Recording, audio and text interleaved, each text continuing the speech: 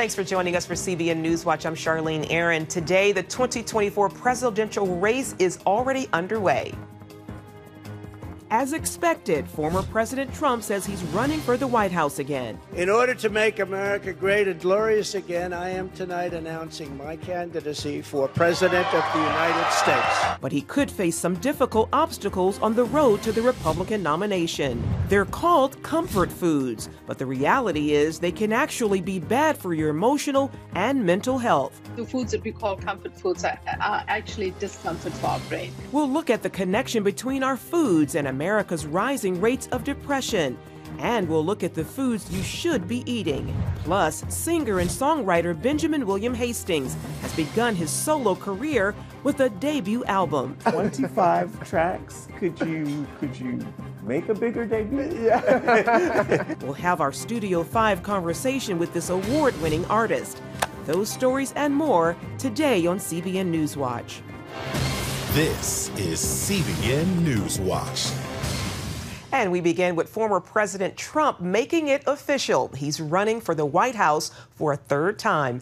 Mr. Trump making the announcement at his Mar-a-Lago estate in Florida last night. CBN's Matt Galka has our top story. America's comeback starts right now. Donald Trump didn't waste much time to make his big announcement. Speculation about another bid for the White House came true as the former president announced a third try for the commander-in-chief spot. In order to make America great and glorious again, I am tonight announcing my candidacy for President of the United States. Trump spent part of his speech attacking the current administration and said America was in decline. He mostly stayed away from the 2020 election after claiming it was rigged and stolen from him for the past 2 years since his loss. The United States has been embarrassed, humiliated, and weakened for all to see. Trump formally filed paperwork for his 2024 candidacy. Meanwhile, President Biden tweeted during the announcement a video with the text, "Donald Trump failed America." We will treat those people from January 6th fairly. The unusually early announcement comes after lackluster results for Republicans in last week's midterm elections. Senate Minority Leader Mitch McConnell said the party didn't appeal enough to voters in the middle. We underperformed among independents and moderates because their impression of many of the people in our party in leadership roles is that they're involved in chaos, negativity, excessive attacks, and it frightened independent and moderate Republican voters. Democrats used Trump's messaging against many of his endorsed candidates throughout the midterms. It led to losses for some high-profile Trump picks. The so-called GOP red wave turned into a red wedding for extreme MAGA Republicans and election deniers in race after race after race all across the country. Here's the Republican response. The cult leader should run again. Florida Governor Ron DeSantis is perceived to be the top rival to another Trump nomination, but some analysts say they'll believe it when they see it. It doesn't carry quite as much weight considering many of the highest profile endorsed candidates didn't do as well in these elections, but he's still the most popular person among base Republican voters. And until someone takes that away from him, he has to be regarded as the frontrunner. Matt Galka, CBN News. Turning now to the war in Ukraine, Poland's president saying today that there are no indications that the missile blast in Poland that killed 2 people was an intentional attack, describing it as most likely an unfortunate accident. The Polish President Andrzej Duda said it was most likely a Ukrainian missile that fell in Poland, but he also said that the ultimate responsibility lies with Russia, which launched a barrage of missile attacks on Ukraine on Tuesday. That statement coming as President Biden held an emergency meeting of the Group of 7 and NATO leaders in Indonesia for consultations. CBN's Brody Carter brings us that story. The incident initially causing fears of an attack on NATO territory, which could escalate into a wider war.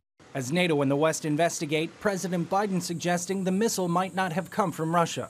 There is preliminary information that contests that. I don't want to say that till we completely investigate. It's unlikely in the minds of the trajectory that it was fired from Russia. but we'll see. You can't imagine really that Russia would have wanted to shoot missiles into Poland, knowing that it would garner some sort of response when they're already on their back foot. Overnight, U.S. officials telling the Associated Press that early assessments suggest it was a Ukrainian missile fired to intercept Russian missiles. In the aftermath of the fall of Kherson, Russia launched its most intense barrage, sending almost 100 missiles into western Ukraine, killing civilians and destroying homes and businesses. Observers warn the U.S. and NATO should go slow as it seeks to learn the truth of what happened. The U.S. should be very careful. NATO should be very careful how it responds. This does not appear to be a direct attack on Poland by Russia. It appears that the Russians were trying to strike targets in western Ukraine, and these missiles either were errant, they lost course, or it's possible they were intercepted by Ukrainian air defense and they splashed down in Polish territory. Determining what exactly did happen is crucial, as an attack on a NATO country could create a confrontation between nuclear powers. Article 5 of NATO states an armed attack against one NATO nation shall be considered an attack against them all. The United States and our allies will defend every inch of territory that is NATO territory with the full force of our collective power. Every single inch. The incident has raised tensions in the region. If NATO countries aren't careful, and I'm seeing some, particularly in the Baltic countries, making some pretty bombastic statements describing this as an attack and dangerous escalation. Wars can quickly spiral out of control. We're talking about countries with nuclear weapons. President Biden has pledged full U.S. support into the investigation of the incident. Given the scarce details, leaders remain cautious, given the high stakes a Russian attack on NATO allies could mean for war. Brody Carter, CBN News. Coming up, can what you eat affect how you feel and make a real difference in your emotional and mental health? The answer is, you better believe it. We'll explain what foods to eat and which ones to avoid, because what you put in your mouth could be making you miserable. We'll bring you the story when we come back.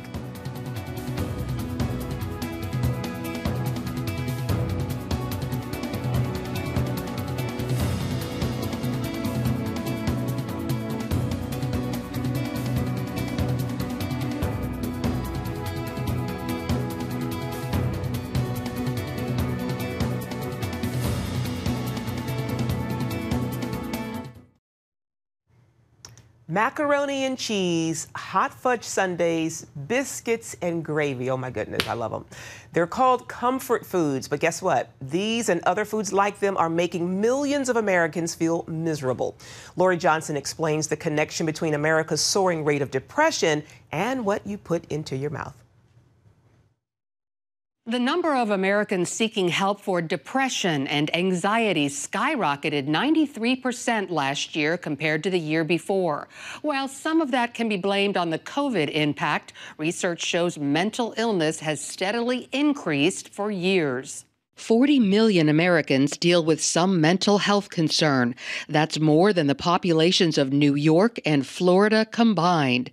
These disorders make the list of the most common causes of disability, and suicide scores as a leading cause of death, no matter the age group. We need to understand that the silent pandemic going on is one around mental illness, or just people feeling more depressed, more blue, not sleeping well, feeling extremely stressed and traumatized by everything that's going on. Meanwhile, 3 out of 4 Americans are either overweight or obese, the highest level ever. Turns out there's a link. The same foods that trigger weight gain can also lead to depression, anxiety, and other mental health issues. The foods that we call comfort foods are actually discomfort for our brain. Dr. Uma Naidu is one of a growing number of psychiatrists using healthy foods to strengthen patients' mental health. We have the power to actually improve that for ourselves. Not that a person shouldn't see their doctor and take a medication if they need it, but we also can start today at the end of our fork by making healthier choices in how we eat. In her book, This Is Your Brain on Food, Dr. Naidu says a healthy brain begins with something we've been telling you about for years, a healthy gut. Essentially, the gut and brain, even though they are in different parts of the body, they actually arise from the very same cells in the embryo. And then they divide up and form these two organs, and then they remain connected throughout life. That key connection is known as the vagus nerve, a two-way superhighway sending constant chemical messaging back and forth. Foods that can wreck the gut microbiome, however, jam up this nerve highway, reaching all the way to the brain. When we're feeding those microbes sugary treats, lots of added refined sugars, lots of soda, what unfortunately happens is the bad microbes get fed. And when they get fed those sugary foods, they overcome the good microbes. Several studies, including MRI imaging, show excessive sugar makes depression and anxiety worse.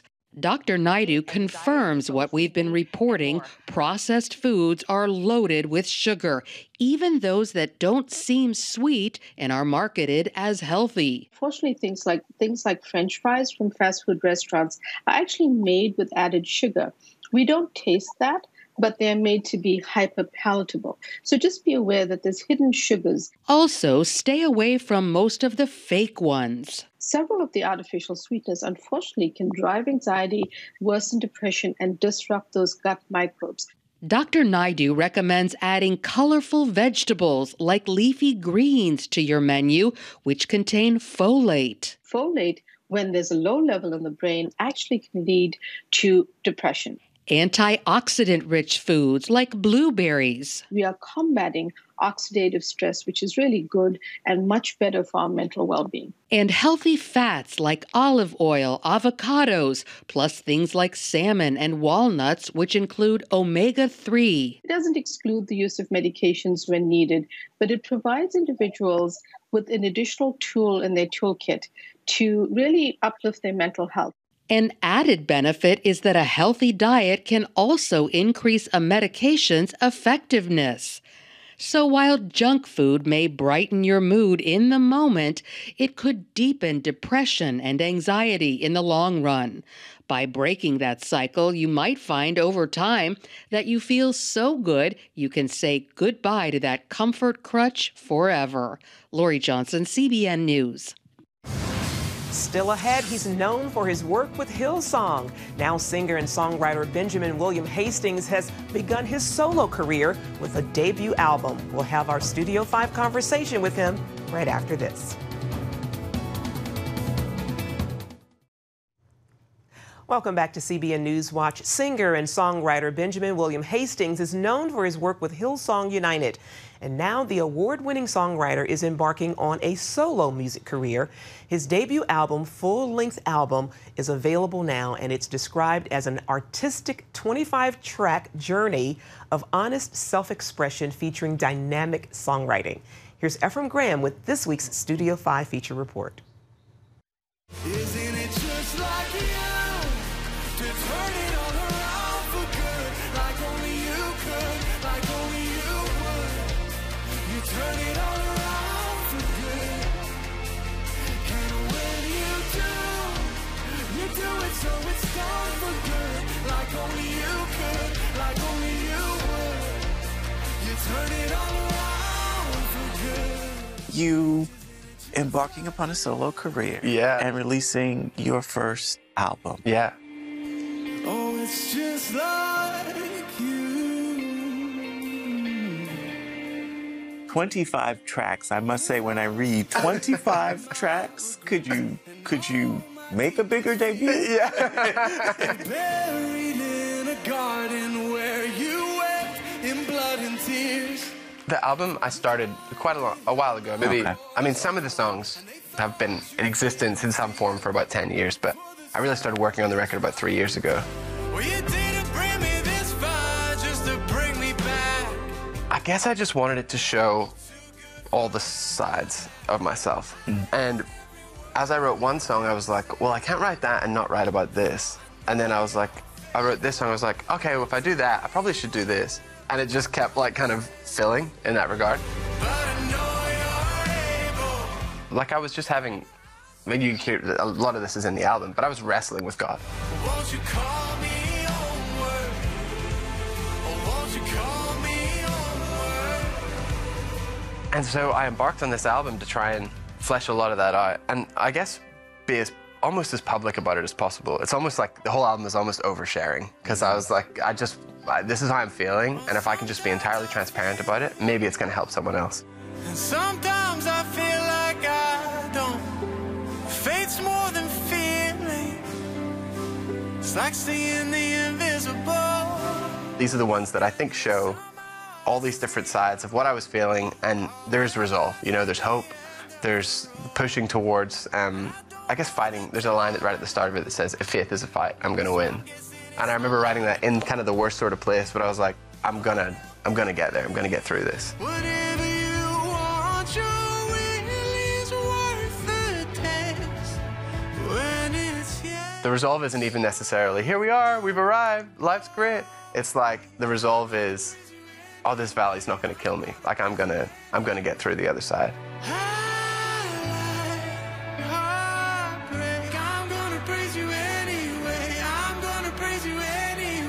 One of the songs that we have heard is So Help Me God. Yeah. That was one you've chosen to share now. Yeah. Oh, but you came down the mountain like a pilgrim in reverse. I just sat at the piano and I started singing, I'm gonna get through this, I'm gonna get through this, so help me God. And I think at the time, I didn't even know what I was trying to get through. I think I was just in this, in retrospect, I can look back and see that, but at the time, I just was not doing well, but I hadn't even accepted that in myself. And this was kind of, I guess, the inside me being like, hey, you're not good right now, but you're gonna be okay.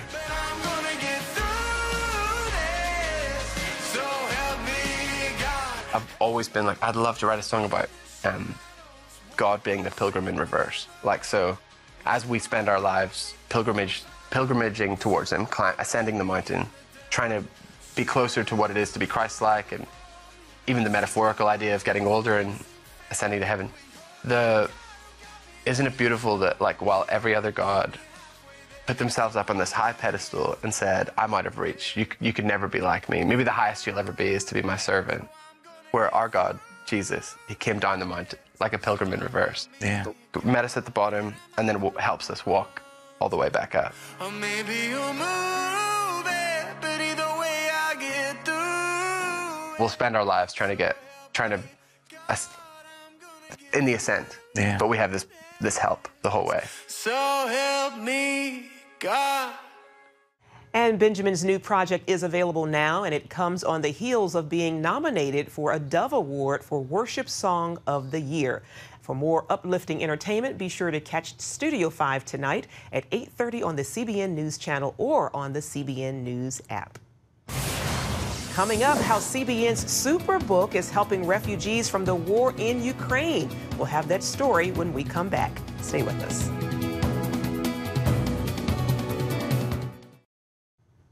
As fighting between Russia and Ukraine intensifies, the lives of millions of refugees have been drastically changed. And since children are often most affected by war, CBN has offered Superbook as an instrument of healing to young Ukrainian refugees. Lucille Toulousan brings us that story. Anastasia Glushko, a single mom, fled with her 8-year-old son from Ukraine to Poland. While they are safe in a resort transformed into a refugee shelter, Anastasia remains heartbroken because she had to leave her oldest son behind in Kharkiv. She did not have documentation proving him to be her son. We were hiding in the basement for 12 days because many rockets were hitting Kharkiv. I panicked and we escaped in such a hurry that I left the documents of my son. I am praying hard for their safety. I hope we will be reunited with my son soon because his younger brother is emotionally affected with our situation. According to psychologist Oksana Glishuta, children exposed to war become anxious. Therefore, it's important for each child to have the support of an adult. Parents should stay calm in front of their children. They should be given freedom to express their feelings. For most kids, it's hatred against Russia. Hatred is a natural feeling. When we hate something, we're saying there's some values destroyed and I need to protect them. Do not stand in the way of God. There is the power of the enemy, but God still has the victory. Valera shows his support for Ukraine by wearing a military outfit. I wear these clothes because I adore Ukraine, and also my dad is fighting in Ukraine. I'm proud of my dad, but I also worry a lot about him. To help ease the burden of these young Ukrainians, a Superbook team along with Operation Blessing visited refugee shelters in Poland. They played games, did crafts, and watched a Bible story. Everybody was delighted to meet Gizmo. The team also shared the story of salvation through Christ using the gospel bracelets that Olesha quickly mastered. Black stands for our sins. Red is the blood of Jesus that washed away all our sins. White is Jesus has made us clean. In one shelter, the Ukraine's ambassador to Poland watched the activities involving CBN and the children. Operation Blessing in Superbook is an excellent organization, and what you are doing here is simply blessing for our kids staying here safe and sound. So many people are praying for Ukraine, so I think that God hears this and God will help us to win this battle. Anastasia is grateful that his son was able to join Superbook. I want to say thank you for making the kids happy. This is important to ease the emotional pressure on them. 3 months later, Anastasia was reunited with her oldest son, who joined them in Poland. Aside from Superbook, this playtime with some of the Operation Blessing staff will definitely leave an unforgettable, fun memory among the Ukrainian children. Lucille Talusan, CBN News, Wrocław, Poland. And that's going to do it for this edition of CBN News Watch. Remember, you can find more of our news programs on the CBN News Channel anytime or online with cbnnews.com. Also, tell us what you think about the stories you've seen by emailing newswatch@cbn.com or talk to us on Facebook, Twitter, and Instagram. We hope you join us next time. Have a terrific day, and God bless.